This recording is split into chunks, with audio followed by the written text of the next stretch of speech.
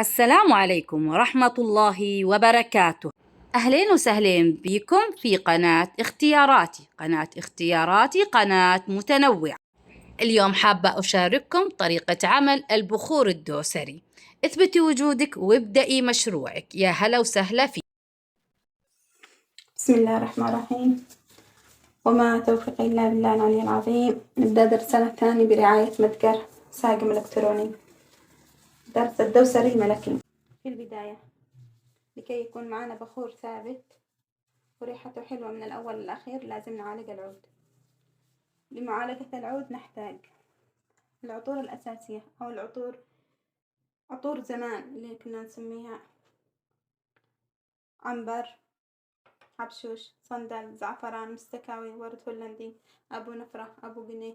هذه عطور أساسية لازمة في البخور الدوسري لا يمكن الاستغناء عنها. في البداية نضع قطعة اللبنة، قطعة صغيرة، نضيف لها عنبر،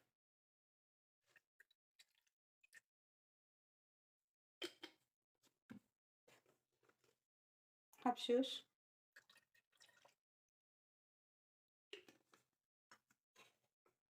صندل،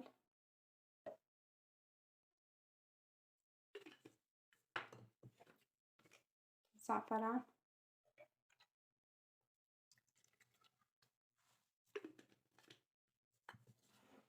مستكاوي،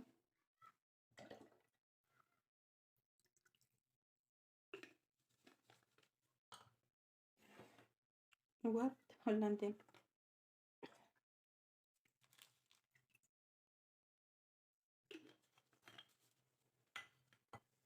لكي تذوب اللبنة والعطور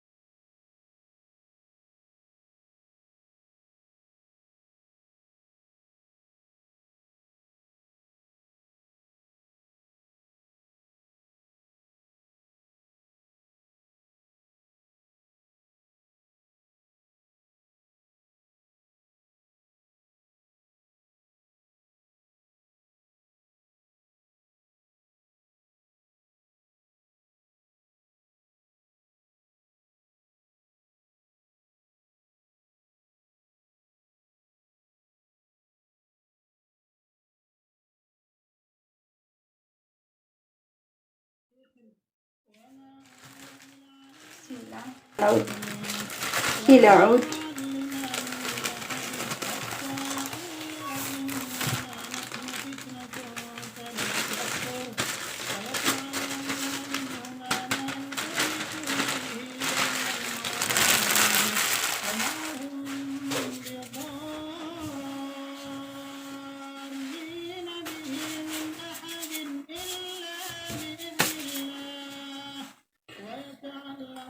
مستكة 2 كوب مستكة. الكوب 100 جرام، يعني 200 جرام مستكة.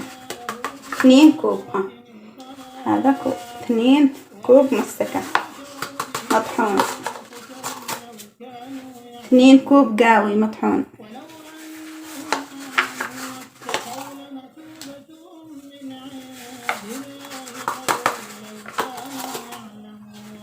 ظفري 2 كوب 200 جرام. الكيلو 1000 جرام نسوي له 2 كوب، يعني 200 جرام ظفري، 200 جرام مستكة، 200 جرام قاوي. ندمجهم مع بعض.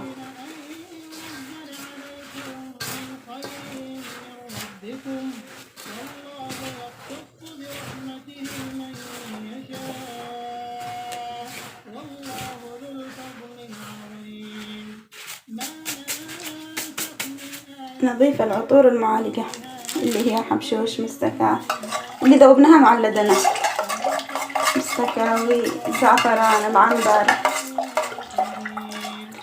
شوفوا درجة الحرارة، مو غليان ولا بارد، يكون درجة معتدلة.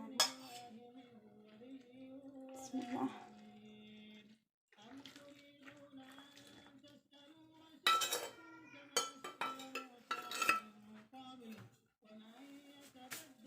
نفركها مع بعض.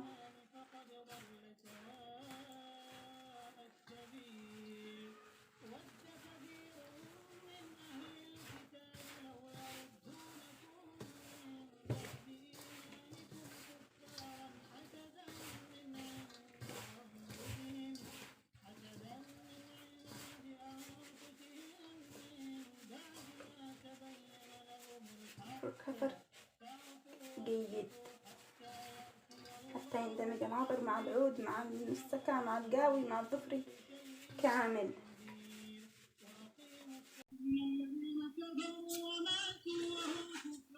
بعد ما تركناها تمام صارت الآن دقة العود ومعالقة جاهزة.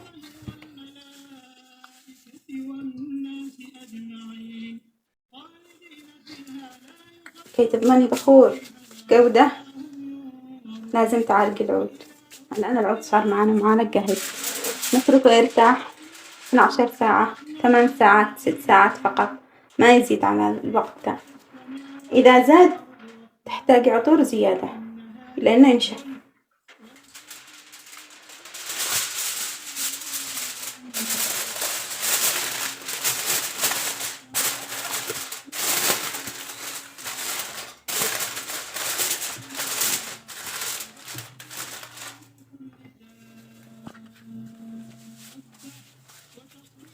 ندمج العطور. عطور القمة هذه العطور النهائية تكون في نهاية البخور، يعني ريحة البخور النهائي. ممكن تغيروها حسب ذوقكم، إما عطور شرقية أو فرنسية أو عود أو حسب ما تبون. أنا اخترت لكم العود. ندمج العطور مع بعض. عود بوكيت، عود المجالس ممتاز ريحته حلوة مرة.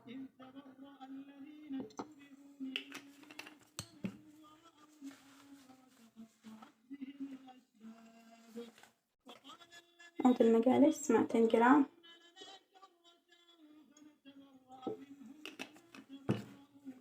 دهن عود.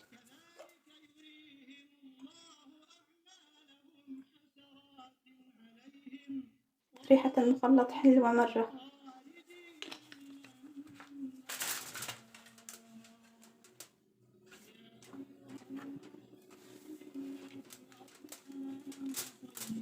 نتركه يندمج مع بعض 12 ساعة أو 8 ساعات حسب الوقت.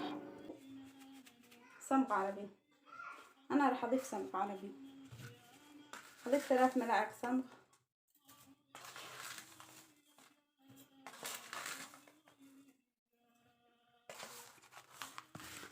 أضيف ثلث العلبة ماء ورد.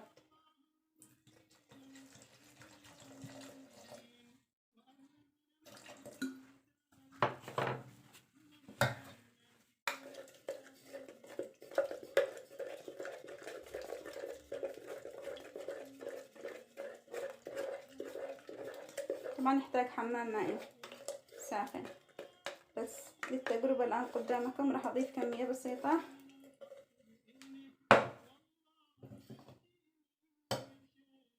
هنا كذا هو يحتاج ماء عشان يذوب ما ساخن. الصمغ